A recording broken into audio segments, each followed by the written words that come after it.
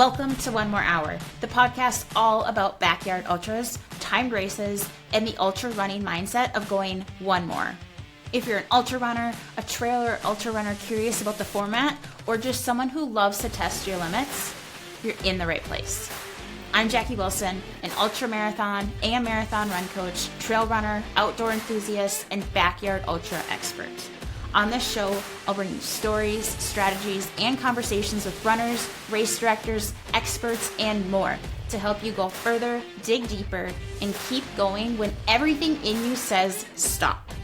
Thank you so much for joining me for some yards. Let's get started with one more. Welcome back to the One More Hour podcast, an insider's guide to backyard ultras, timed events, and the ultra mindset of one more. Ultra running may be measured by miles, but it's really fueled by the people behind the runner. And I think that's something that we don't talk enough about. And it's something that as a runner, you might not know a ton about crewing if you've never crewed a race before. So today I am joined by Ashley Fox. She's also known as the Ultra Widow. She's a voice and a resource for spouses, partners, pacers, and crew who quite literally know maybe nothing or everything about the race, but they play a vital role in what the runner is able to do on race day. So we're really going to dive into what crewing looks like, what it is, the mistakes that may cost runners some time later in the race, how runners can better prep their crew, and the mental and emotional role that crew really plays when things may start to fall apart. So if you want to go further in this sport, you cannot do it alone. Like, yes, you can run far alone, but if you really want to push those limits, if you want to figure out what you're made of, like, get people in your bubble to help you go further. So Ashley, thank you so much. Welcome to the podcast. Jaci, thank you so much for having me. What a fabulous introduction. Well, I'm just super excited to have you here. As I mentioned in the intro, like I just don't think we hear enough about crewing, right? Like we hear about runners' races, like how it went for them, but I find the crewing side of it so fascinating too, especially when you've never a runner has never experienced the crewing side of it and they've only been the runner. I think it's a good idea to understand both sides of it and also to experience both sides of it. I love that. Yeah. It's been such a journey into kind of the ultra community. I joke that this wasn't supposed to be my life. My husband and I had been together, for quite a while by the time he found ultra running. So just to kind of give you a little bit of background, we got married after college, and, shortly after it was, an active lifestyle was not a priority. And so, we were happily married and eating, not great food for us and things. And, we just, like I said, just weren't active. It just never was a huge part of our life. And so probably, several years after we'd been together, we both kind of had a few instances in our life and we decided we wanted to make a change. And so we decided that we were going to live a healthier lifestyle. We were, going to eat better, and we found different activities that we actually enjoyed doing. So we both love hiking. We both love mountain biking. Somewhere along the way, over time, we lost over 100 pounds between the two of us. Wow. And my husband found ultra running, and I found the community behind it. That's incredible. So did you grow up enjoying the outdoors and enjoying hiking, or is that just something that you both figured out that you love to do together? I mean, we would, kind of go on a mile or two hike, which I thought, was fantastic, kind of length. And certainly, if that's where you're starting out, then that's great. Yeah. But nothing like distance hiking or things like that. And so, yeah, this was really a whole new world. Obviously, we love the outdoors. We're, campers and things, but never had done anything to, really this kind of next level of hiking or mountain biking and things like that. Yeah. Wow. So what year was your husband's first ultra? Oh, let's see. So that would have been like I said, he really didn't, I think probably like most ultra runners, it ramped up very quickly. He started with a 5K, right? That was Hmm. kind of the goal. And it's so funny. I was looking back not that long ago after, his first 5K, and he's out of breath, and he's like, I need a minute. And, I thought, okay, that's kind of where this ends, but it ramped up very quickly. It went from 5K to half marathon, marathon a couple months later. And then all of a sudden he was like, oh man, I'm seeing all of these ultra runners on my Instagram and on social media. And man, that would just be so cool. And I was like, that feels like the most unattainable thing possible. Little did I know, he signed up for his first 50-mile marathon. My brother-in-law actually is the one that kind of got him into this world. He told him, I'm signing up, let's meet. And yeah, it's just been a journey ever since then. And he's done a couple of hundreds, within a year and stuff. And it's just, it keeps ramping up little by little. I would really love to say that, there will never be a race beyond that amount, but I've been very familiar with ultra runners, and somehow there's just never quite, they're never Yep. quite reaching the ceiling. So Yeah, we're always reaching for more, right? Or a bigger adventure, or we're trying to still figure something out within us. And we always say, well, maybe more miles will help me figure that out. exactly, yes. You have that runner mindset, I can tell. So, from a crewing perspective, I want to start from a high level view. What role does crew play in a runner's success? Yeah, so it's funny. I showed up to my very first ultra marathon having absolutely no idea what to expect, what I was even doing, what he was doing, and it felt so completely foreign to me. Yeah. I'd been to marathons before. You cheer from the sideline, you hold up your fun little signs, and they keep going. Hmm. And just a totally different experience. And, there were certain things that he needed that I didn't have. I didn't know that I needed to have. And I'm very much a type A planner. I love gear. And so I said, I'm never doing this again. And over time, I've really started to understand, obviously, my runner, what are things that he says he needs and what are the things he doesn't know that he needs in Yes. order to make sure that he has a successful race. And so I think that kind of gets at the core of crewing, right? Hmm. Obviously the runner is the one who crosses the finish line at the day, gets their medal, gets their belt buckle. But, for us, ultra running is a team sport. And it's something that we both get to participate in together. And it is just so rewarding to, really feel like we've accomplished, both of us have accomplished something by the time that he reaches that finish line. Hmm. Absolutely. Yeah. Crewing is not, I mean, it's a lot of work. Yeah. You're like, yes, you could maybe sleep more in between cruise or aid stations, but you're up for a lot of it. You're driving you're to the next aid station, you're getting stuff ready. So there's a lot of work that goes into it. And from the mental side of it, you're the runner's brain too. So thinking ahead of what they may need, I mean, so much credit needs to go to the crew for all that they do. Well, and that's why I really wanted to start this community for Ultra Widow was, there were so many resources out there for, runners, Hmm. and there's so much content out there for runners, which rightfully so, right? Like at the end of the day, like, this is, their purpose and things Yeah. like that. But I, after having, done so many of these under my belt, I was like, I have learned so much.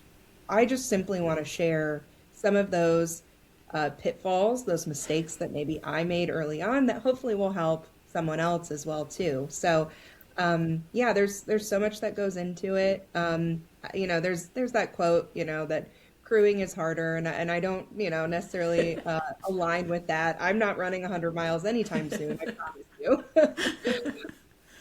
But there's different kinds of hard, Yeah. right? staying up all night. I have yet to actually catch sleep. Oh, wow. Um, I'm a little bit of a worrier, right? When you're, out in some of these, very remote areas, you don't have access to communicate with your runner. You don't know what's going on. And so, yeah, I'm certainly up all night. I am not expending the same amount of energy that he is by any means. But yeah, it definitely takes a toll, and we've always got to, make sure we've have enough rest time afterwards. Yeah, yeah, definitely. And I think I mean, there's a good talking point right there, right? I usually talk to runners and say, like, make sure you take the day off after your race or the Monday following, even if your race is on Saturday, because you never know how you're going to feel, and allow yourself time to just chill out and allow your brain time to rest. But also from the crew side, like, I think from just a recovery standpoint of not sleeping and from the adrenaline of the race, you would also want that time to rest and recuperate. Correct. Yes, my Garmin, it tells me my stress level is quite high at the end of every ultra race. So most runners only see the race, right? They don't know what's really happening in between. And if they've never crewed an ultra, if it's their first ultra, they have no idea what their crew is actually doing, right? So take us behind the scenes and what is happening when the runner is out there running? Like, what is the crew doing?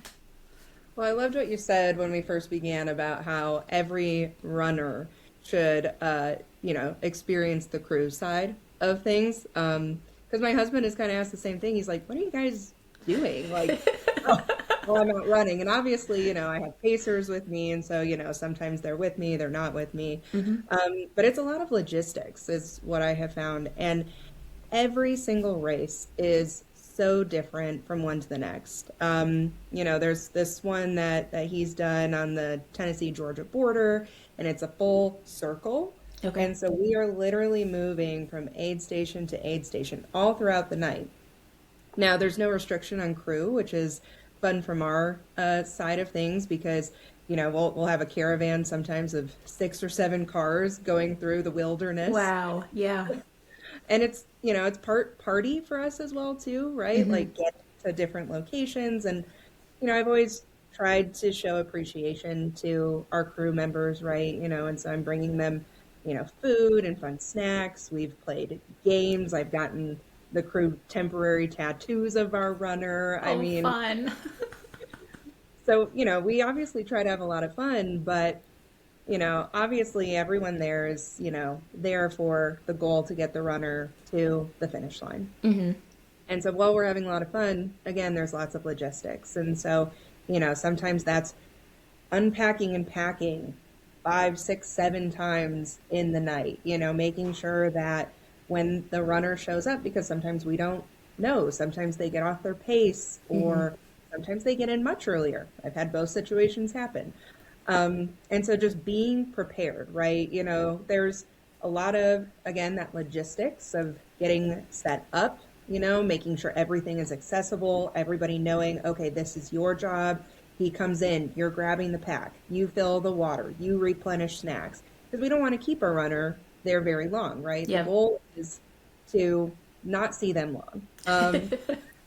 And that's tough because, we want to hang out with the runner. And Right. that's the nice thing about, ultras and having the pacers. And, but yeah, we want to make sure that we're helping them exceed their goal. And so sometimes those aid stations are a little bit longer and they're, part therapy session, they're part, massage, right? And they're a kitchen and they're everything in between. And so, I think that's one of the things that I've learned is figuring out what needs to happen when my runner comes in and what do I need to do to get them out quickly so they can make sure to reach their goal and make sure that they're not too close to those cutoff times. Yeah. So what are you looking for? Are you communicating with your runner? Are you communicating with the pacer on how the runner is doing, how they're feeling to kind of anticipate their needs? Yeah, great question. So honestly, it's a little bit of both.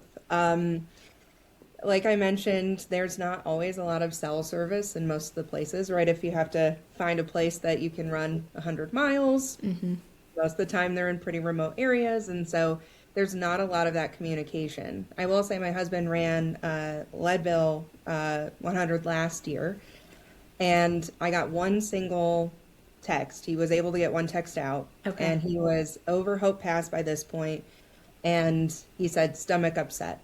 And that was all I had for like 5 or 6 hours. And it was so worrying. And I said, when he comes in, is he going to reach the cutoff time?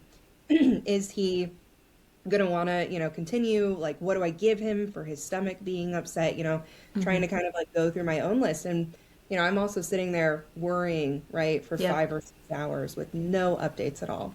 So when he comes in, typically we try not to overwhelm him, right? We try to keep it to just me who's really making sure that I'm communicating with him because he's exhausted, right? By the time that he's coming into, an aid station at mile 60, 70, 80, right? And so all he wants to do is just come in and rest. And so he and I, because, obviously he's my husband, so I know him pretty well.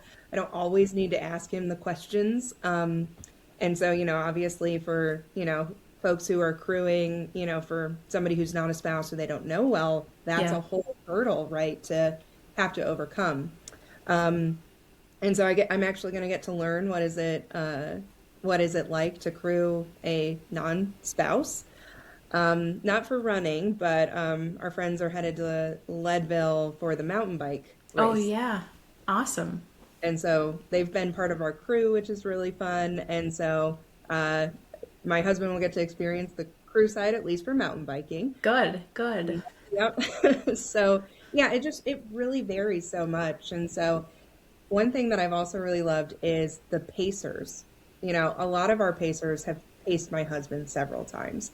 And so they know him. They are some of our closest friends.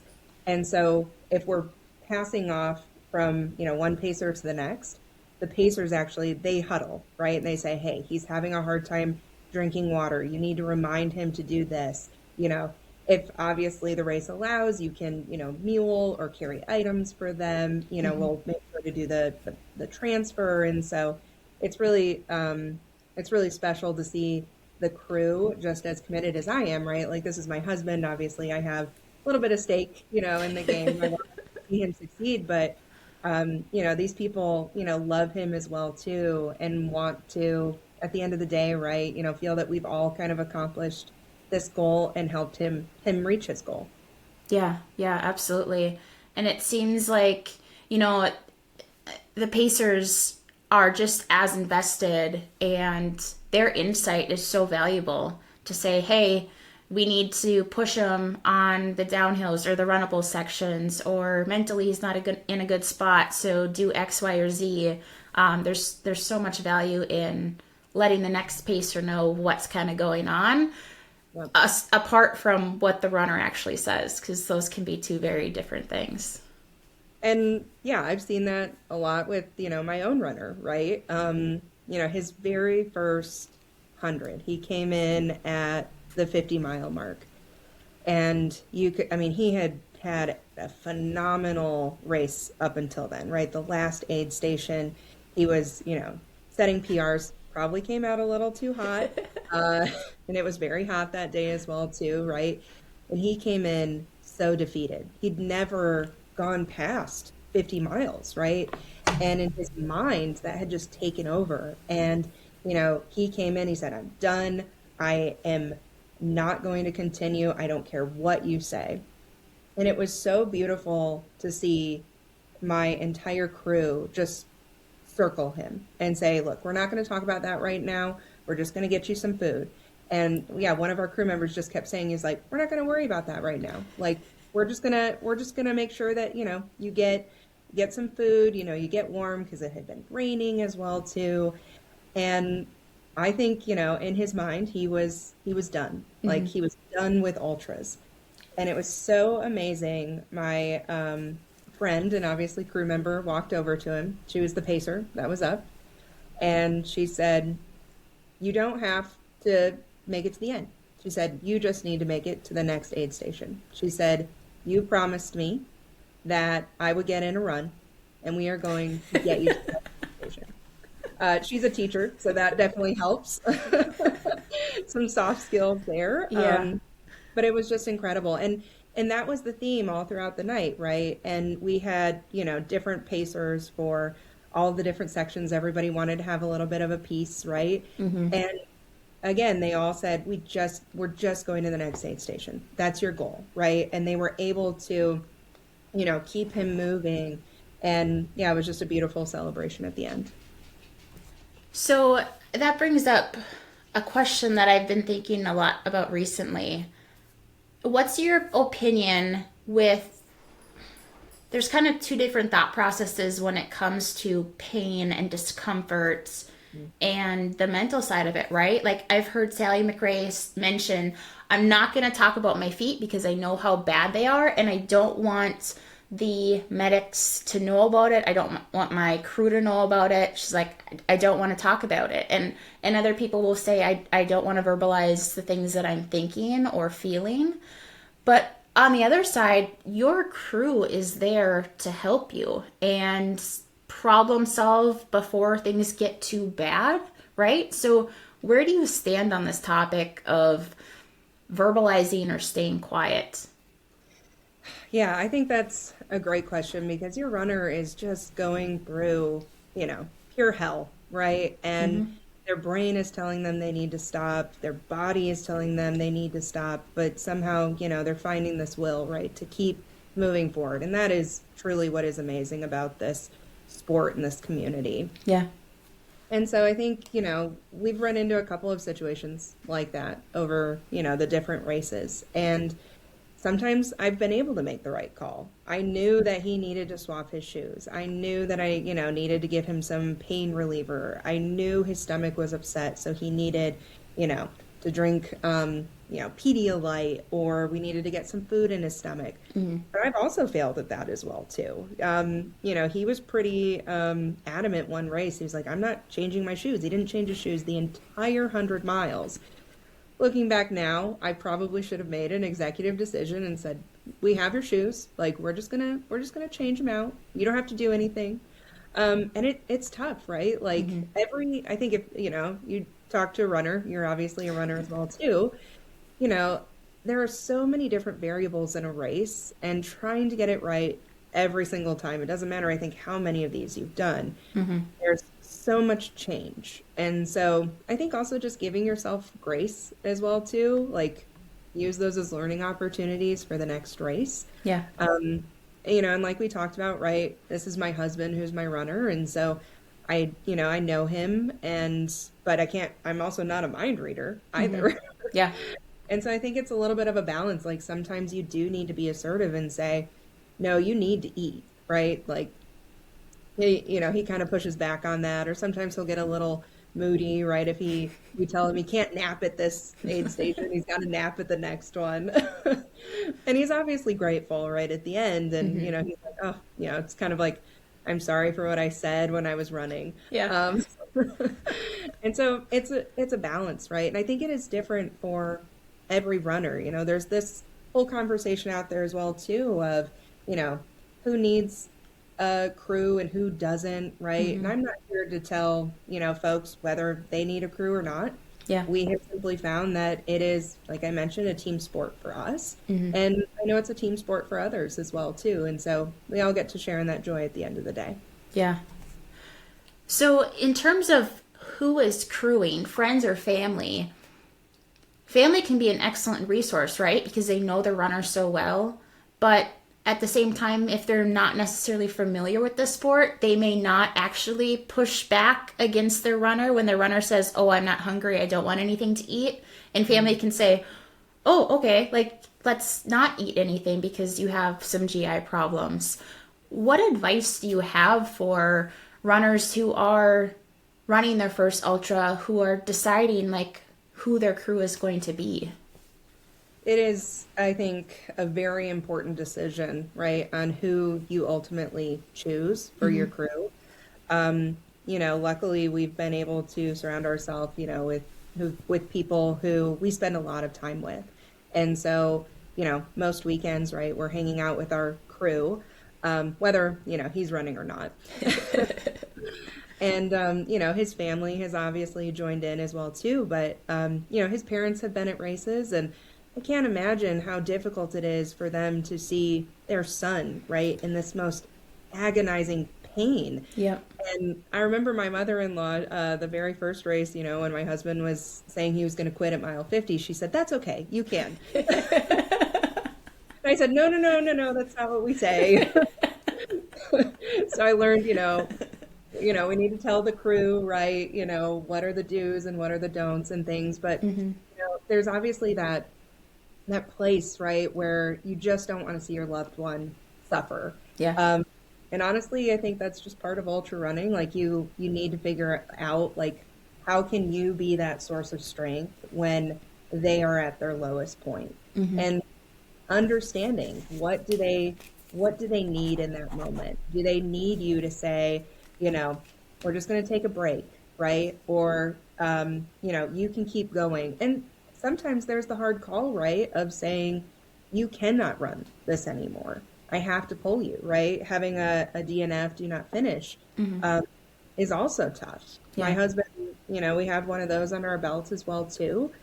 And it was just an extremely hot day. He'd been, running in 50, 60 degrees. It was, perfect weather. And then all of a sudden we had this huge heat wave, and it was 100 degrees and the humidity level was so high. And there's, not much that he could have done to train for that. Yeah. His electrolytes got so just out of whack. And unfortunately, we got him to mile 50, but they said, you can't keep going, right? Like it's too much on your body. And it's hard to know when that moment comes to know what the right decision is, because you don't want to go too far, right? You want to push your runner to get to the next aid station. But sometimes you have to say, look, it could be a life or death situation at this point. There's also tornadoes coming, behind us as well. So, interesting things always happening at these races. Yeah. Well, and there's so many things that are, so many factors to the races, right? And to those decisions too. So was that discussion between you and your husband? Were other people involved in that as well? How did that conversation kind of go? Yeah, so I have always appreciated, right, I hold crew captain title, right? Like I'm the one that makes the ultimate decision at the end of the day, but it is very much a conversation between all of us. And I don't know what's always going on the trail, right? And so when my runner comes in, I make sure they're settled and, they're getting what they need. And I go talk to the pacer. I say, hey, what's going on? Like, is everything okay? Is he, struggling? Is he in good spirits? And so, when he came to the aid station on that day for that race, there was a lot of conversation. When he left the aid station, we had kind of that group huddle, and we said, his legs were just, lightning bolts, right? And he was cramping when he would walk and things. And so that was at that point we really knew, but it is a conversation among the crew, right? Because I also have to check my emotions as well. It goes back to my mother-in-law, right? It's hard to see your loved one suffering. Yep. And so, being able, that's, the wonderful thing. I've had, a large crew, I've had a small crew as well too. And, they can also be my sounding board as well. And one thing we haven't even talked about yet is the community of other crews as well at these aid stations. And that's something that I've enjoyed really from the start was, just getting to, meet other crews as well, your ultra widows or ultra widowers, right? Yeah. And kind of, swap stories or, swap suggestions. And that piece of the community is also really valuable, I think, when you're making some of those decisions as well. Yeah, absolutely. Learning from others, seeing what they're doing, how they're talking to the runner, what kind of setup they have. I think there's just so much value in those conversations too. And you have lots of time, right? Well, at least in like some at some aid stations. Some aid stations, you're like, okay, we got to go right now. But you have a lot of time out there too, just kind of develop those conversations and even relationships, depending on if your runner's coming in at the same time as another runner every single time. Yeah, you start to kind of see the same, crews, right? And you Yeah. really build these, relationships with them. And, Hmm. you walk over to them, how's your runner doing? Do you need anything? I've got extra lube, right? I've passed out a lot of extra lube at aid stations, right? Because a lot of them, ultra running obviously has become so popular and people are, learning how to crew these. And so, yeah, ultimately, I think that is the beautiful part about the ultra running community is, it's obviously, there's some folks who are competitive and things, but, this is, it's really just a determination at the end of the day. And so, I think everybody's rooting for, each other. They don't want to see them, not reach that finish line. It's Hmm. one of the hardest things to watch, right? When uh, we were in Leadville and, those cutoff times are brutal. And watching people come in after the cutoff times was just heartbreaking. They've been training for this. And yeah, and so you kind of form this little community that is, supporting and rooting you on. And, that's why I created Ultra Widow is Hmm. because there were some resources out there, but they also weren't always from the spouse side, Yeah. right? And, obviously there's what happens on race day. That's Hmm. so important. But there's also the training period, right? And the gives and takes that comes with training. Yeah. Training takes hours and hours, and there's likely, or in some cases, a spouse at home who's taking care of kids or making sure that household keeps moving forward. And so that's also where I think that team element comes into play. Hmm. It's not just on race day; it's through training and taper tantrum and kind of the in between as well. Yeah, yeah. Well, and the hard parts too, right? Like when you're seeing your spouse be like, oh my gosh, I'm just so tired, or this week has really been rough. It's that balancing act between this is what you signed up to do. Like training is hard, but also not wanting to see your spouse in that same position, right? Because sometimes you can feel like, well, then don't do it because I need your help with the kids and at home and all of these things, right? And I don't see you very often because you're always training. Yeah. So, like, what advice do you have for family members going through that process of their spouse running their first ultra, and going through this process and working as a team? Yeah. So I think, one of the things that we really established early on, right? These are probably general, marriage good practice rules and things, right? But we, kind of created a standard to say this is too much, right? This is impacting too many areas of our Mm-hmm. life. We're not able to, go to dinner with our friends. And, we made a lot of and it definitely took a lot of learning and adaptation, right? There's sacrifices on my husband's side as well too. If he has a long run, he wakes up early, right? And make sure that he's using time where, maybe it's a little slower at Mm-hmm. home. And so, we always have the chance to say, look, this is too much right now. We've kind of, it's always a little out of balance, but Yeah. it's really started to get out of balance. And so I think clear communication, it's true, when you're at the race as well. Those are valuable skills to have. So yeah, definitely just a little bit of, how do you balance everything and how do you keep those communication channels clear so everyone is feeling heard and respected. Mm-hmm. I feel like communication is the answer to everything in life. If there's good communication, you can work through anything, you can figure things out. But if that communication isn't there, your family doesn't know what you're thinking or experiencing, and you don't know what they're feeling and experiencing, right? And if these two sides are silent, you can't figure the things out to make it all work. So everything goes back to communication in the race and outside of the race. Yes. And, it's not all, a fact of like, oh, life is feeling out of balance either. I've also had to be, part coach, right? And when he didn't want to run, right? He was, in a big training, ramp up, and he's like, oh, all I do is run and I'm so tired, right? And kind of like what you're mentioning, like, well, I would really like for you to just stay home, but I know that you want to achieve this goal. Yeah. And so, I recommended, I don't know where this came from. I recommended that he listen to an audiobook while he was running, probably one of the longer audiobooks because you're on the trail. So I recommend just randomly, I was like, well, maybe you should listen to Lord of the Rings on audiobook while you're running.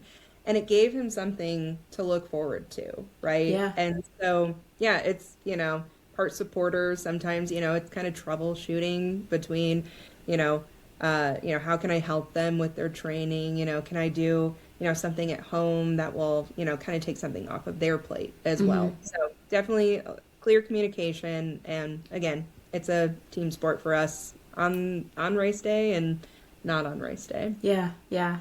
Well, and there's similarities between that, right? During the race, you're reminding your runner of what, like your husband, what he said he wanted when he was in a relaxed, rational state outside of the race, when he's fatigued during the race. And during training, you're reminding him of his goals and what he wants to do and feel on race day when he's tired during training. And I think that's fascinating to see those parallels in the race and also just in everyday daily training. Yeah, no, I love that. I love that parallel. I think that's such a great way to think about it. So let's kind of shift gears a little bit and talk about mistakes that crew or that you've seen crew make. And maybe that can be from the perspective of not actually knowing, like crew doesn't know what they're doing their first time out, right? Especially if the runner's new to the ultra world. So what are some common mistakes that you see from crew? Not having a plan, right? Not, having that conversation with your ultra runner. And things are going to change, right? Yeah. I can have the most perfect plan and then, X, Y, and Z is going to completely throw that off. But I have the elements, right? So when he does come in. Yeah. And so I do think, not everyone has to go to the extreme level of having a spreadsheet, but, we love spreadsheets. I am a fan, yep. But yeah, having a concept, right, of, what are they going to need? A couple of the mistakes I've made is, we thought our runner was going to be, kind of on the pace that he thought he would be on. So I didn't pack his headlamp. I said, oh, he'll have plenty of time, right, to get back. And this was in Leadville, actually. But Hope Pass, I mean, it can break souls. And so, I didn't pack his, it might have been his waist belt. And I was like, oh, he's not going to be able to see. Luckily, he did have his headlamp, right? But I was like, oh, is that going to cause him to trip, right? And so knowing, again, like having that plan of saying, well, if plan A doesn't work, what is plan B? Yeah. Obviously they don't say test anything on race day. I believe that. But for some reason, I think runners really like to test that. Well, it's fun to test out new gear that you think that you need for the race or food in the aid station. Like, it's hard to resist those things. It is, exactly, yeah. And it's hard, and I also recognize it's hard to, test out gear when, maybe your long run is 30, 40 miles. It's not 100 miles. Yes. And, we've even joked sometimes that some of his hundreds are training sessions because Yes. we're just learning something from it. Yeah. But yeah, some of the other mistakes I've made is, he was very adamant that he didn't want water in his pack on his back. It was just too heavy. And so instead he was going to have bottles on his hip and, maybe in the front. And it was not enough water. He was, his pacer was telling him stories, and all he could think about was, oh man, I bet there's really cold water in that house that he's talking about the story being in. So we lived and learned through that, and when to change shoes and all of that. And listening to your runner might also be an area that maybe folks fail at, right? 100% listening to them in that moment. I've certainly been there as well too. And so, yeah, it is this constant, right, just shifting and, figuring out what works. And everyone is different as well too. And I mentioned, I love gear. Like that's, one of my favorite things to buy. And I learned what I needed to actually bring versus what I didn't need to bring. But then I also learned what are some like comfort things as well too. As we've talked, you can be at an aid station for, hours on end. And if you're going to be sitting in a, cold, chilly place in the woods, if you, can bring a propane fireplace, maybe that's, the comfort that you need. And so it is just, every race is so different. Yeah. Well, okay, so let's do a little segue off of that.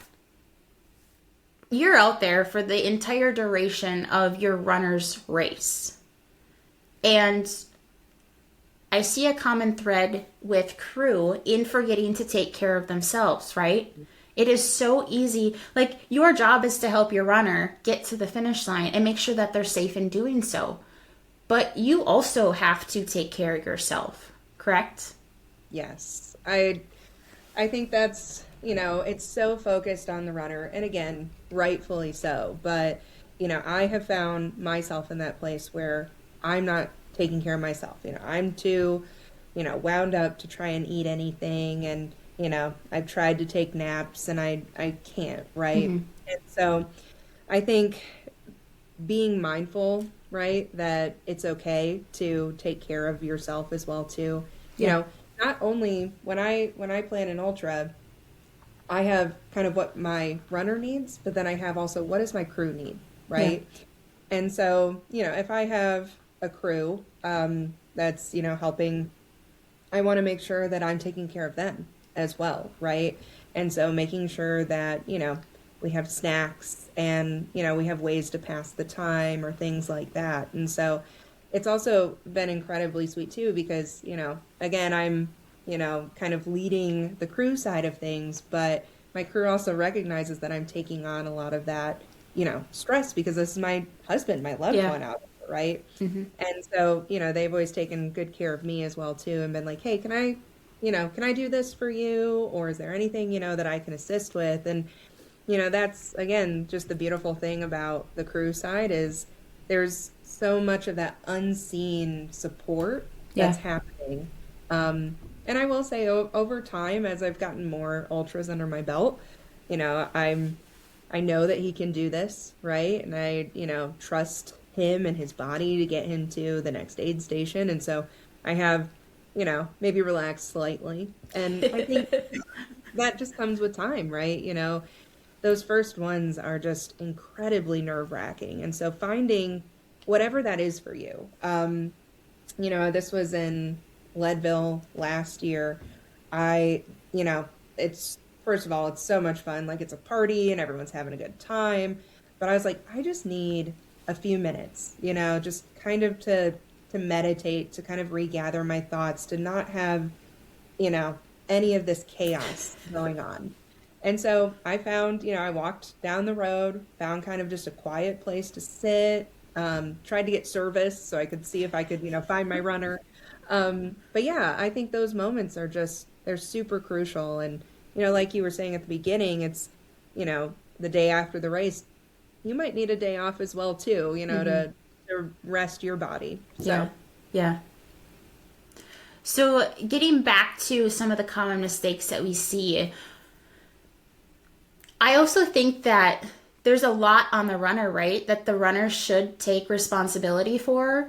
So what mistakes do you see runners make in preparing their crew for the race or not preparing their crew for? this is probably where my husband and I differ a little bit. I've gathered that.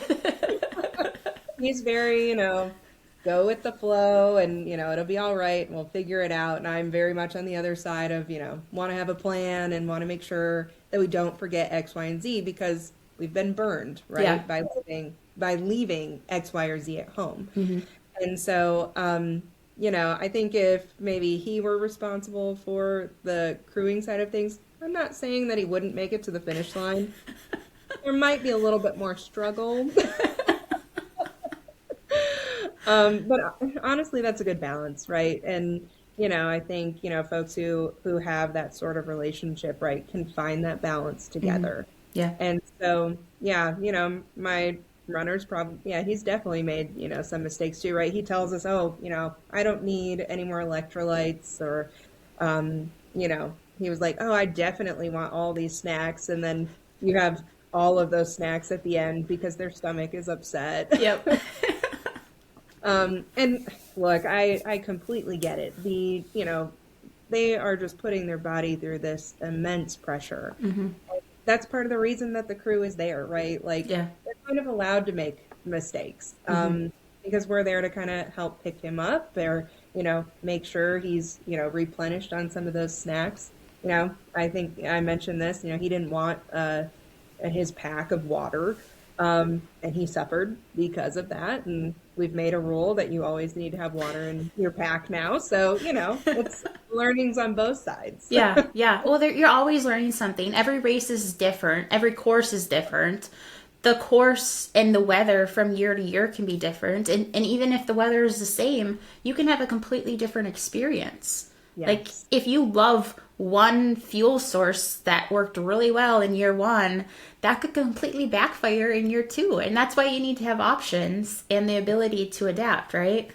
Exactly. Yeah, we've gone through that, as well too, right? Nutrition has been a real battle for, his past several races. And I've gotten a little used to it at this point, right? You see the crews who are new to ultra running, they're like, oh my God, what have I gotten myself into? And I was like, oh, it's fine. He throws up. No big deal. Which, this is a wild world that you can even say that. Yeah. Yeah, and we've had to, try different fueling sources and what works. And, does he have enough sodium? And, we've had to go down this journey as well, too. We actually went and got him sweat tested. I said, I am so stressed the entire time because I just don't feel like we have enough data to know how to support you. And so, some larger cities will have, kind of where you can take a sweat test to understand how much do you need to kind of be replenishing your body. And I would highly recommend that because it gave me a lot of at least comfort in knowing he's a pretty high sweater. He's losing a lot of electrolytes. So what do we need to do to kind of replenish that? Yeah. Well, and that can get dangerous. And everyone is so different, right? I'm a very heavy sweater, but I lose very little sodium. My husband, on the other hand, loses like 2,000 milligrams of sodium per liter. Like, it's the difference between us is insane. But if I treated him the same way as I treat myself for sodium intake, like, that's really dangerous for him, right? So I completely agree with the sweat test. So in terms of mistakes and things that crew is doing well, like, what's your recommendation for runners for preparing their crew for, like, this is what's to come, this is what I like, this is what I don't like? What's your advice?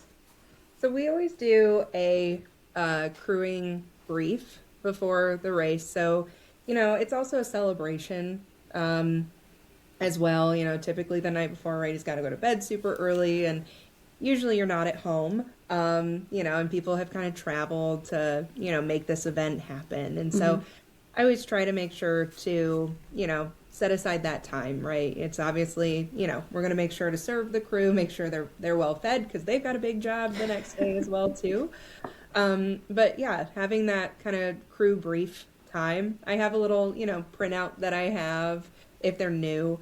And at Leadville, we had a couple of folks who were new, who'd never crewed an ultra before, and we had some veterans, right? So they knew, you know, what to, you know, kind of do on the pacing side or the crewing side, and just kind of giving everyone that chance to ask questions. You know, we talk about, you know, my husband has sciatica, and so, you know, be on the lookout for that. And, you know, his back, you know, is barely holding on by a thread and things like that, right? Mm-hmm. And, you know, how does he like to be motivated? And, you know, all the details, right, of like, where are the aid stations, what's his expected time, and things like that. And so, again, that just creates super clear communication. And I think it also helps the new crew members to feel really good. Yeah. If we have, you know, veteran crew and pacers, they know him, they know kind of the process. But one thing that I again wanted to kind of touch on the celebration of the crew Yeah. is after the race. You know, sometimes it's weeks or months afterwards. I've also held, you know, special like dinner parties for my crew. I love that. And it's a celebration of our runner, right? You know, we, you know, bring out his buckle and, you know, just have, you know, kind of a fun little evening, right? Where we all get to kind of celebrate, because it's not, again, it's not just about, you know, his accomplishment. It's what we were all able to achieve together. Mm-hmm. Yeah, I love that. I absolutely love that. So you have your spreadsheets. How else do you stay organized? How are you organizing all the gear and all the food? Yeah, because right, we talked about you have your runner side of things, and then you have your crew side of things. And if you are, you know, depending on the size of your crew, right? I've had a crew of, you know, 2 plus me, and other times I've had a crew up to 15. And so Wow. the needs between both of those is very different. There's positive, you know, and there's different experiences between the two, right? You know, many hands can make light work, but also many hands can also create confusion as well. And so, you know, it's a little bit of a balancing act. But as for kind of the organization side of things, we've talked about this, but I like things orderly. And so I've got bins for days, right? And I set aside my runners, snacks and his, you know, fueling, right? All of kind of his gear in one box. That doesn't touch what is for the crew, right? Because at the end of the day, we need to prioritize what he is getting in his body, or making sure, you know, we don't misplace the socks or the shoes or things like that. And so I Yeah. always make sure to set his away. And it also depends, right, on the race that you're crewing. And so, you know, the one where you kind of do a big circle, you get to drive your own vehicle, you know, you can pack for days. I like to pack the back of my truck, and we have a propane, you know, fire pit, and we, you know, roast hot dogs, and we have, you know, s'mores and stuff. And it's just a lot of fun. We get to carry, you know, bigger chairs that are comfortable. But at some races, right, like Leadville, you have to navigate shuttles, and you're not allowed to bring, you know, huge items, or, you know, you have to have some of those delivered the day before. And so again, it's just the logistics of every race is so different. And so, you know, for those more logistical races, you know, I found just little things, right? Like, how can I, you know, I have a backpack on my back, and I have a backpack on the front. And you really pare down, right? What do you need? And you can't bring the large chair. So, you know, we have to find a chair that you can clip on the backpack, right? And really optimize what you're bringing. Yeah. And so, you know, one thing also at the aid station that we do is we'll either lay out a blanket or like a mat or something like that. And that's where my runners, fuel and, you know, items that we're going to replenish will kind of lay out. That way it's fully laid out, so we can quickly grab and go, and we're ready when he comes in. Yeah. Well, I love that tip, because everything is, you can see everything, right? It's not in the bag. You're not forgetting anything. And you've also kind of thought through it before he comes through. So if you've got something in the backpack, you can visually see that. Yes. And I love, you know, again, having a crew of 15, everybody kind of had a job, Yeah. right? And you certainly don't need to have a crew of 15 for everyone to have a job, right? Everybody is there because they want to be supportive. And so, more people means there's more jobs, right? My runner might get, a couple of massage guns on him while he sits there. That's why he likes a big crew. Versus when there's only two of us, like, Yeah. you're getting what you get. Like, we're gonna, refill your pack and all of that. But you may not get the massage at these races. Yeah. Aid stations are lava, right? So you're getting the essentials. Yes, exactly. Okay, I had a question about that and now I'm forgetting. But my other question is, what essential items do you think is overlooked when crewing?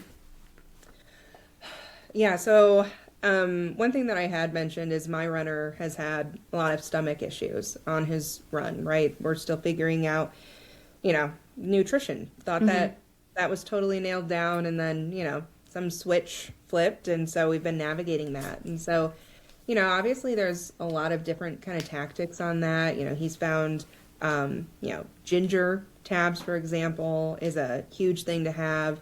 And there's obviously, he likes the ginger ale and things like that. And I've also found that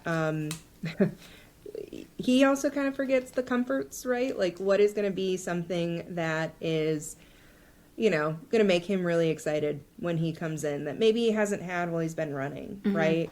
And this isn't necessarily a overlooked item per se, but, we try to kind of keep things light, especially early on in the race. And, one thing that we've done to just kind of, lift the spirits almost is, I got these, they were like the size of his head. They were little sticks, you can get somebody's face printed on them. Yes. We walked in and we all had, his face on. I got a red carpet for him on the very first station, and I gave all the little crew, little trumpets. They were very obnoxious. It's so much fun. And so, yeah, there's just little things, right, that you can do to lift the spirits, but, also, what are those items that are going to bring them comfort, or what are, the things that you can do to lift their spirits. Yeah, absolutely.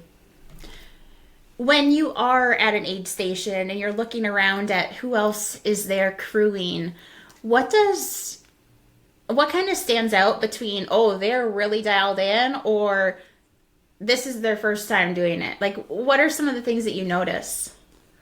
Well, that's part of, like, the fun that I have is just, like you mentioned, you're at an aid station for hours on end sometimes. And so I love to just walk around and, like, talk with people. And I feel like more often than not, there's been so many people who have never crewed an ultra before and didn't know that, you should bring extra water, or maybe, they run out of something at an aid station, right? And you want to make sure you have that as a backup.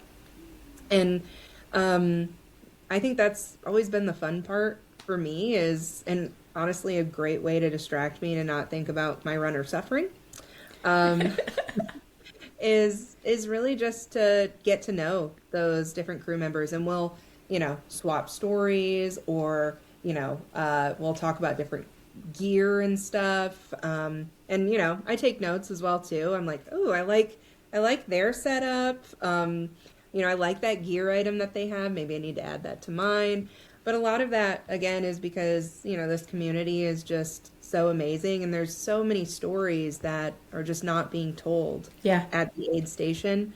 And so it's fun. Like, there's just little kind of gathering groups, and you get to, know them. You get to, again, swap stories. There was a race back in December, and I think almost all of the crews around me were new to ultra running, and they had so many questions. And so we just sat around and, kind of shared experiences and, just things that I've learned. And that's, again, kind of why I wanted to create this space, Ultra Widow, for, for crews who were feeling unsure of, what they should be doing. And so, yeah, I think that's the most rewarding part is I just love getting to connect, right, with those crews. And, if somebody has questions on social, right, I'm happy to answer those. And, just want to really create that community that's happening on race day and really create that online. Yeah, yeah, absolutely. Well, and I think it's so fun to be in that environment of seeing people who have never crewed before and helping them, right? Like, I think if you have the opportunity, volunteer at a race so that you know what to expect, because you don't know what you don't know, right? And you can't anticipate what it's going to be like until you're actually there. And I just find that so much fun to like be helping if you're even volunteering at the aid station and crew is coming up and they're trying to fill their bladders or water bottles and they have no idea how to open them up, right? Or close them because they've never done it before. So that's, I think, a fun aspect of like, okay, let's not fill this up completely before we dump the tailwind in because the tailwind is going to overflow. So like just giving them little tips like that seem obvious to the runner that the runner may not have even thought about because it's just something that we do now, but no one else actually knows that. I do think that's such a great idea, right? Volunteering at, race to kind of understand it. And I think it's also just a really great way to give back to the ultra community as well, too. Yeah. I've had so much fun at the, races that I've gotten to volunteer at. And it's definitely a different perspective, right? There's a little bit less stress and but yeah, a huge shout out to all the volunteers, right? Some of them are just doing it because they just love this community and they want to give back. And I also just love talking to the volunteers as well too, and sharing, telling stories with them as well. It's a lot of fun. Well, and some of those volunteers have been doing it since the first year of the race, right? Like I was at Superior 100 last September and the aid station captain was not even a runner. Like he's never ran before, but he's in the community and he just loved the idea of this race on the North Shore of Superior. And he's been the aid station captain since the very beginning. Like it's just absolutely incredible to see who is out there supporting the race. Oh, I love that. That's amazing. Yeah, and it just speaks to how amazing this community is. You don't have to be a runner, right, to be a part of this community. You can be crew, you can be a volunteer, however you want to kind of whatever role that is for you. Yeah. But we need volunteers, right? So as runners, that's one of the best things that we can do to give back to what we love to do is to volunteer at races. Definitely agree. I love that. So I remembered my question. What's a light bulb moment that you've had when talking with other crew members of, that's a really good idea, or I really like what you're doing here? Like, do you have any of those light bulb moments? That's a great question. I've been doing this a little too long that I've probably shared some of those already. I definitely learned, right, from different, crews as well too. You kind of always look around and you're like, ooh, I like their setup. Like I remember even walking through Leadville at Twin Lakes, right? You've got just lines and lines and lines of, canopies, and you're always just kind of like, I'm like taking pictures. I'm like, I like that. I like this. And so honestly, every race, I feel like even though I've been doing this, for a while now, like I feel like I learn something every single time, or like new gear, or, what are some tips and tricks. The one, at a race in October last year, and Pedialyte makes like kind of a dry, it's kind of like a liquid IV, right? And versus like having to carry around Pedialyte, and I was like, oh, this is genius, right? And so there's honestly every single race I'm like, I like that, I'm taking pictures of that, send me the link for that. Because it's, it's kind of like life, right? You're always learning and adapting, and I don't think it matters how many of these you've crewed. There's always new gear out there or ways to improve your processes. Yeah. Yeah, there's always new gear, there's always new products. And then with the community growing, there's lots of different backgrounds, right? So like I've gotten tips from people who are really into hunting or like fast packing. Like there's just so much out there that we kind of tend to get into like tunnel vision of ultra running, right? But there's so many different hobbies out there that we can use what they use to really support what we're doing. Well, and I'm excited. I mentioned, we've got a couple of friends who are doing the Leadville 100 mountain bike Yes. race, and I'm excited to crew a new sport, Yeah. right? And I'm sure it's going to be totally different, and I'm going to learn a lot. And so, if there's anyone out there who, has tips and tricks specific for mountain bike crewing, I will take them. Yes, yes. So crew's there to take the thinking out of a lot of things for the runner, right? But it's also important to ask the right questions or ask them in the right way, right? So how should crew be thinking about asking questions to get the right response out of the runner? Because you can say, what do you want to eat? And they're going to be like, I don't know. Or they might have an idea and you're like, I don't know if that's a good idea. So what are some questions you're asking your runner? Yeah, so I actually got to pace my husband for the first time, and I didn't realize how many questions I asked when we were running. And I realized, I was like, oh, he has such little energy, and all I'm doing is, and I wasn't necessarily looking for a response. It was just like I was talking out loud and trying to keep energy high. And I realized, I was like, oh, you don't need to respond to any of those. I was like, I know you're listening. Like, you're just trying to, Run. Get to the next aid station. Run. And, I'm like, don't answer those questions. So I think the moral of that story is ask your runner as few questions as possible, right? If you have that conversation ahead of time, you generally know. If they're very adamant, like, no, I'm not eating ramen or I'm not eating mashed potatoes, I'm not going to force you, right? There's been many, ultra races that my husband has run where the last 30, 40 miles, he had no nutrition in his body. And, like, that's his race at that point. And, I'm going to respect that. And so I think the less questions you can ask, the better. Ask what you can ahead of time. Ask what you absolutely need to. And then also, if you're asking a question and you don't actually need an answer, just let them know that they don't need to answer. Well, it's so true, right? Because when you're pacing someone, you want to be out there supporting them in what they need. And later into the race, like they may just want to hear someone talk or they want to listen to music.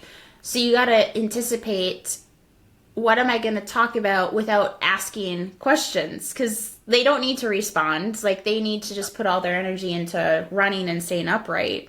So it also is like something to think about ahead of time of, what am I going to talk about for this entire section when I'm pacing them? Well, I think that's a good point, because I wasn't sure if I was going to need to pace him that day. I'd never paced him before. We've always had enough runners, and the calendar just worked out that there was 3 of us total, right? And so, he didn't know if he was going to need pacers. And so it got to a point, his stomach, kind of went out from under him, and he needed somebody, in the dark. My runner has a hard time when the sun is down. And so it's great. That's typically when it works out. You pick up your pacer. But I know that about him. And so that race, there was 2 of us who had never paced him before. And again, I hadn't really thought about the fact that I should have, I should think about what I'm asking him. And it was a little easier for me, truthfully, because, again, he's my husband. I know him. And, I haven't been, I haven't paced him before like that. But, and it was funny, one of our friends, she picked up after me. And we always joke now, I she's like, I want to grade. I want you to tell me, like, how were my stories? Do I need to improve for the next time? It's so true, right? Because you want to know. You want to know what they liked and didn't like so that you can improve upon that next time. Like, I'm that same way. Yep. And then the friend who picked him up after that, he can tell stories for days. And he was like, I know I told you great stories, so we can keep going. So, what is your favorite part about crewing? Honestly, it's it's two things. I'm gonna cheat and give you two. Okay. It's obviously the community, right, of ultra running and how supportive everyone is. And like I've mentioned, I love getting to meet those, new crews or veteran crews, right? And just, we're all kind of focused on the same thing for the day. And we have this, common experience together. And that, creates lifelong friendships, which is so special. And then the second piece is the the crew side. Like I mentioned to you, my husband was struggling on his very first 100, and if I had been alone, like I don't know if I would have been strong enough at that point to, encourage him to keep going. And it was just amazing that whole race, right? He was struggling through the night, and we were learning so much about the difference between crewing a 50 and a 100, which is so different. Um, and watching the crew, right, step in and tell him it's going to be okay. We are going to get you from one aid station to the next. All you have to do is put one foot in front of the other. And they just surrounded him that evening, and really every single race that we've had that crew at is they are so invested in seeing him reach that success. And that's some of my favorite memories. I joke that Leadville in particular was the best, worst 30 hours of my life. I have never felt that kind of anxiety before, but I knew that my crew was there not only to support me, but to support my runner as well. And my favorite story from any of these races honestly has to be, at least so far, there's many more to go, is, it had been a very dark night at Leadville, right? And he was just, I felt like chasing those cutoff times. And, everybody was, worried. Like this would have been a goal, right, for years. And it's a bucket list race for so many racers. And it's, amazing that he even was able to get in. And we got to May Queen, which is the last aid station for crews. And the sun was just kind of starting to come up, and we thought, okay, our runner's probably 30 minutes behind us, right? And as we're walking into the aid station, my husband and his pacer run up right beside us. And they made up so much time, and it was just incredible, right? The fact that somehow at the hardest part of the race, right, 2 o'clock to 4 o'clock, whatever it was, they got to this aid station. And he was, sun was starting to come up, right? It had been just such a dark night, both, mentally and physically and literally, right? Dark night. And I was getting ready to send him off to, to the finish line. And he looked at me and he said, "We're going to get our belt buckle." And it wasn't, "I'm going to get my belt buckle." It was, "We're going to go get our belt buckle." And because he recognized that the crew helped carry him, not literally, we didn't break the rules, but figuratively, right? They pushed him to get him to that finish line. And it was an incredible celebration. We're East Coast based, and so we had friends that came from California, Oregon, Tennessee, right? All of them drove to Colorado to make this dream a reality. And so there's those incredible stories that are happening on the crew side.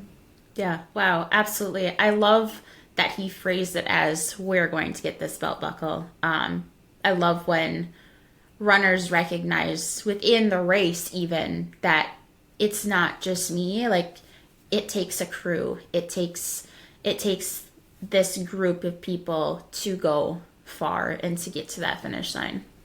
Absolutely. Yep.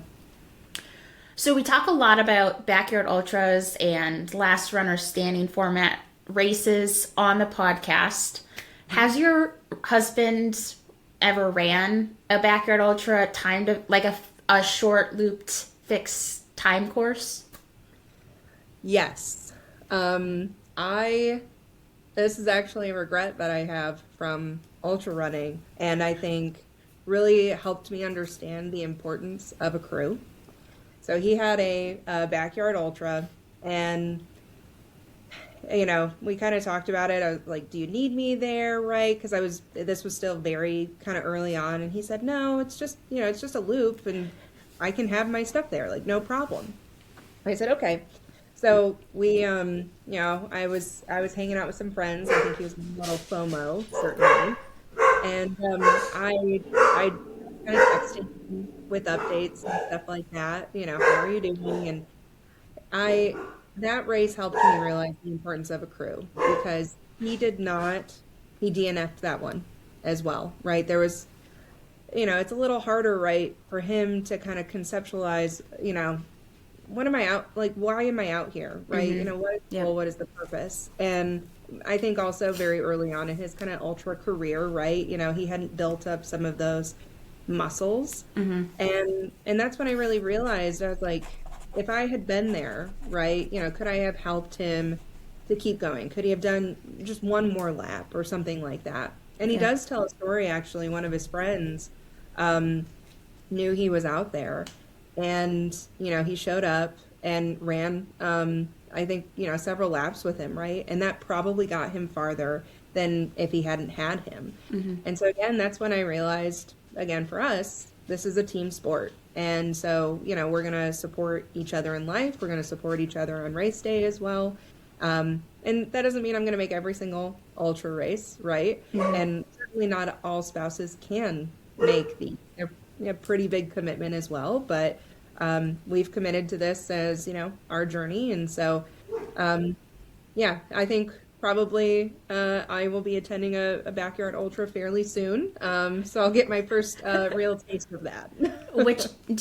Is he signed up for one? Do you know which one? So he's not currently signed up for a backyard ultra race.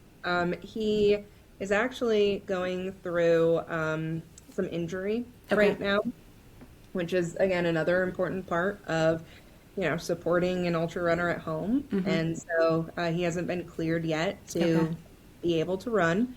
And so, he's having to find other ways to spend that energy, because ultra runners, I think, are energizer bunnies, and they need to be constantly. And so there's a lot of, strength training right now, and, building up some of those muscles. So, taking care of his body and, figuring out where can he still find that joy. He did 5 ultras last year, and I think it was pretty rough on his body. And so, this is a recovery period, but he is very hopeful. He has No Business 100 coming up in October. And so that's his goal, is to get healthy enough that he can get some more races on the calendar, at least make it to that one, and then hopefully add a few more. Yeah. Well, and that's a good time frame too, right? That it's not like it's in June and there's this pressure to get healthy enough to do it and then maybe push it too much. Exactly. Yep. And so, it's been a journey for both of us too, right? We kind of learned this way of life with the ultra running training schedule. And, it's been a little bit of a pivot. And I think, most runners have probably faced this, right? And it's so important to take care of your body, right? These ultra runners, they want to do this, for the rest of their life. And so, there's certain points where you want to push, and there's also certain points where you should listen to your body as well. Yeah, absolutely. That longevity aspect of it, but also having other hobbies that you can resort to if running is not an option right now. Absolutely. Yep. So when talking about backyard ultras, I think, one of the advantages is you don't have to have a crew. And a lot of people get into backyard ultras when they're new to the ultra world and they're like, I don't want to ask someone to crew me because I don't know what I actually am capable of, and I want to try to figure some things out first. But on the other side of it, you can be very stubborn and say, I don't need a crew because it is simple and it's a 4-mile loop and I have all my stuff back here. So what obstacles do you see from, or are there obstacles from a crewing side of a backyard ultra? Yeah, I think that's, interesting, right? We've talked about there are some runners out there who very adamant that they don't need a crew. And, that's their journey and that's, fabulous. But there's a lot of runners out there that, find the benefit of having a crew. And one thing that I tell my husband, especially early on, he's like, oh, I just feel so bad. People are putting in this money and time to travel to these, and all they're doing is just staying up all night. And he wasn't seeing it right from everything that was happening at the aid stations and how much fun we were having. But also, again, it's so fun to, kind of circle yourself with this group of people and say, we're gonna, help him reach this goal. Mm-hmm. And so it's not like our goal necessarily, like we don't get the medal or the belt buckle at the end of the day. Yeah. But there's that reward in helping somebody achieve their dream. Mm-hmm. And so that's something that we kind of talked about early on, and we always make it very clear that here is an opportunity because we know that you have crewed previously, but there's no obligations, right? Yep. And so we've faced a couple of those as well, but I think the crew is there, and I think this is true for most people because they love that runner and they want to help them, reach their goal. And it is, purposeful and meaningful for the crew side, similarly, I think, to what the runner is experiencing as well. Mm-hmm. Yeah, absolutely. Is there anything that you would change with how you crew when you crew your first backyard ultra? Ooh, great question. So I do love the concept of not having to move aid stations. I've packed up a lot of aid stations over my time. And so, yeah, the concept of like being able to kind of be planted, right? But I think also, as I've been talking with, other people as well too, is you see your runner a lot more. Mm-hmm. And obviously it depends on the race, but, I see my runner maybe 5 or 6 times over a 100-mile race. But if, there's a 1-mile loop, you're seeing them a lot. Yeah. And so, they may not stop every single time, but I think there are more opportunities of downtime when it, comes to some other types of ultras. But in some ways, I'm sure it's much harder to crew a backyard ultra because you see your runner a whole lot more. And there's, they always say like aid stations are dangerous. Mm-hmm. And if you have, aid stations that are too accessible, you really need to make sure that your runner doesn't stay there too long for the fear of them not finishing the race. Mm-hmm. So. Yeah, absolutely. And, you have 60 minutes to complete this loop. So if your runner comes in with 59 minutes, you got to have everything ready right there and be able to turn them around, right? Like it's very easy to say when your runner comes through at 59:30, oh, I'm done. I've timed out. And it's like, no, you still had 30 seconds. We have everything for you. You're going back out. Yeah, I mean, I'm sure like most, watched a lot of the ultra marathon documentaries, and I think the backyard ultra ones are hardcore. Yeah. And, whether it's, a time or, whatever, like the fact that there's no end for some of these is wild to me. And you have no idea how long you're going to be crewing, and, there's cutoff times for, some of these ultras. And so, yeah, I'm sure it's a whole new experience. And I mentioned I haven't ever wanted to crew anything over 100 for fear that, my runner will really love 200-mile ultras. And yeah. Yeah, probably the same thing with backyards. I'm a little concerned, but again, I think as long as you surround yourself with good people, anything is possible. I love that. So we've been talking about crewing for 80 plus minutes. What have you learned about yourself through crewing? Oh, that's a great question. About myself. I'm obviously not the one that is out there running the 100 miles. But I have found a determination in myself, right? And I've built, some confidence skills as well. I've, you know, time management and problem solving skills, right? I mean, these are real life skills that I'm building out in nature. Um, and I've found that I love this community. It is so special. And, as I mentioned on the call, this wasn't supposed to be my life. We weren't supposed to be involved with ultra running. I had no idea what ultra running was. And now I love it. And I've met some incredible people, some of the most kindest people, and getting to have these experiences that are, not once in a lifetime, because we've done too many ultras at this point for it to be once in a lifetime. But some of my favorite memories.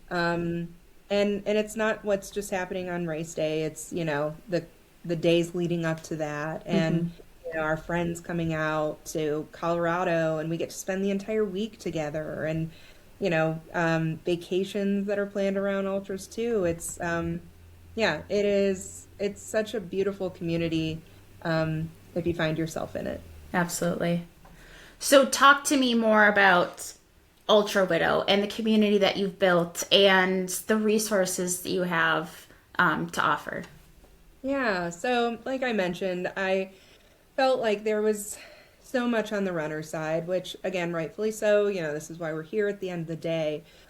But I remember being at my first ultra and not having a clue of what I was doing. And I was showing up to races, after I'd had a few under my belt, and there were still so many people that were, asking questions and feeling that same feeling that I had at my very first ultra.